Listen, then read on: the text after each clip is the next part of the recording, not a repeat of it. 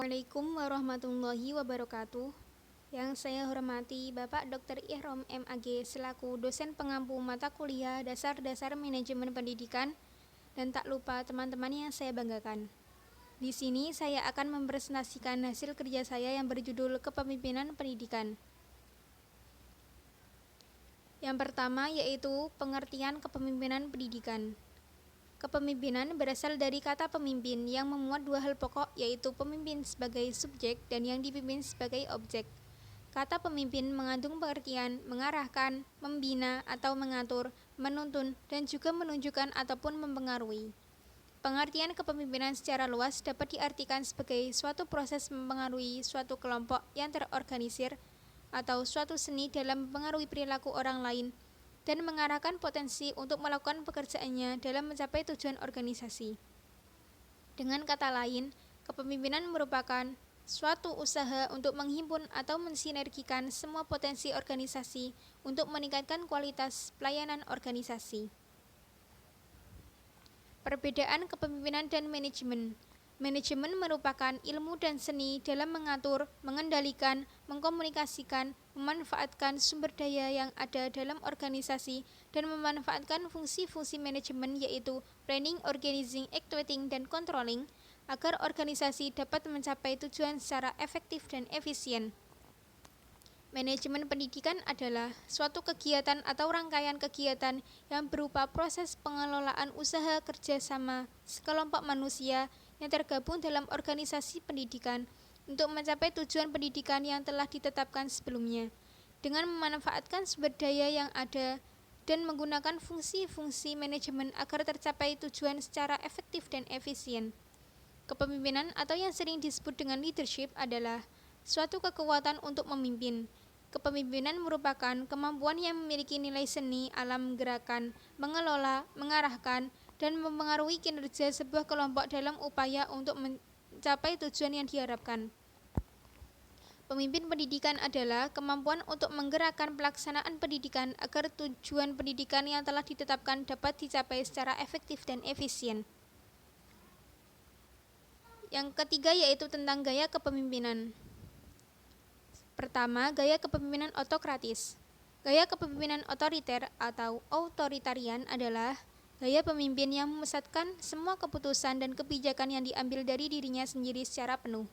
Segala pembagian tugas dan tanggung jawab dipegang oleh si pemimpin yang otoriter tersebut, sedangkan para bawahan hanya melaksanakan tugas yang telah diberikan. Yang kedua, gaya kepemimpinan demokratis atau bebas. Dalam tipe kepemimpinan laissez-faire ini, anggota diberikan kebebasan sepenuhnya dalam menjalankan aktivitas, tanpa mekanisme kontrol yang ketat. Pengawasan dari pemimpin diberikan jika dipandang perlu, sehingga pemimpin sering berposisi sebagai penasehat. Kepemimpinan dijalankan sebagai upaya intensif dari seorang pemimpin dalam mempengaruhi pikiran, sikap, dan perilaku anggota. Yang ketiga, gaya kepemimpinan karismatik. Kepemimpinan karismatik memiliki kemampuan untuk mempengaruhi bawahan dengan menggunakan keistimewaan dan kelebihan melalui sifat pribadi pemimpin. Perilaku pemimpin karismatik memunculkan rasa hormat, segan, dan patuh yang sangat besar dari pengikutnya. Karena pengaruh kepribadiannya, pemimpin diterima sebagai orang yang diikuti dalam mewujudkan tujuan organisasi. Yang keempat, gaya kepemimpinan paternalistik. Paternalistik berarti kebapaan. Maka tipe kepemimpinan ini merupakan tipe kepemimpinan yang peranannya diwarnai oleh sikap kebapaan, dalam arti bersifat melindungi, mengayomi, dan menolong anggota organisasi yang dipimpinnya. Pemimpin menjadi tempat bertumpu bagi para bawahannya dalam menyelesaikan masalah-masalah yang ada. Yang kelima yaitu kepemimpinan ahli atau expert leadership. Tipe dan gaya kepemimpinan ini didasarkan pada keahlian atau keterampilan tertentu yang dimiliki oleh seorang pemimpin sesuai dengan bidang tugas yang dijalankan.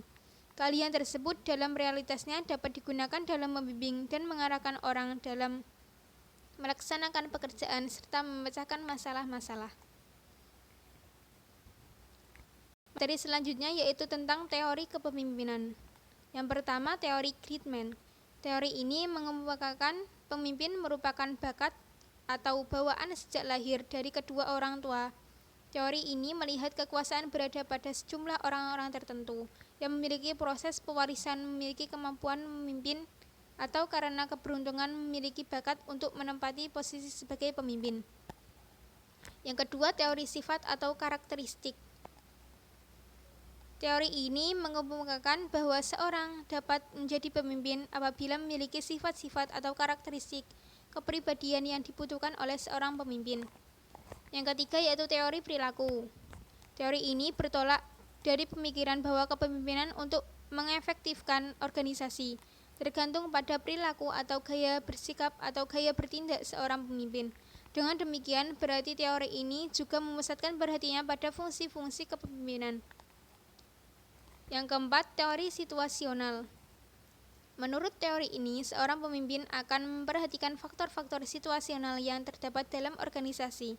Karena faktor-faktor situasi tersebut tidak selalu tetap, maka diperlukan kemampuan dari kepemimpinan untuk mendapatkan pemimpin yang sesuai dengan situasi dan kondisi yang dihadapi. Yang terakhir yaitu tugas pemimpin atau leadership. Yang pertama, melaksanakan fungsi manajerial, yaitu berupa kegiatan pokok meliputi pelaksanaan, penyusunan organisasi, pengarahan organisasi, pengendalian, penilaian, dan pelaporan. Yang kedua, mendorong atau memotivasi bawahan untuk dapat bekerja dengan giat dan tekun. Yang ketiga, membina bawahan agar dapat memikul tanggung jawab tugas masing-masing secara baik. Yang keempat, membina bawahan agar dapat bekerja sama secara efektif dan efisien. Yang kelima, menciptakan iklim kerja yang baik dan harmonis. Dan yang terakhir, menyusun fungsi manajemen secara baik. Sekian dan terima kasih. Assalamualaikum warahmatullahi wabarakatuh.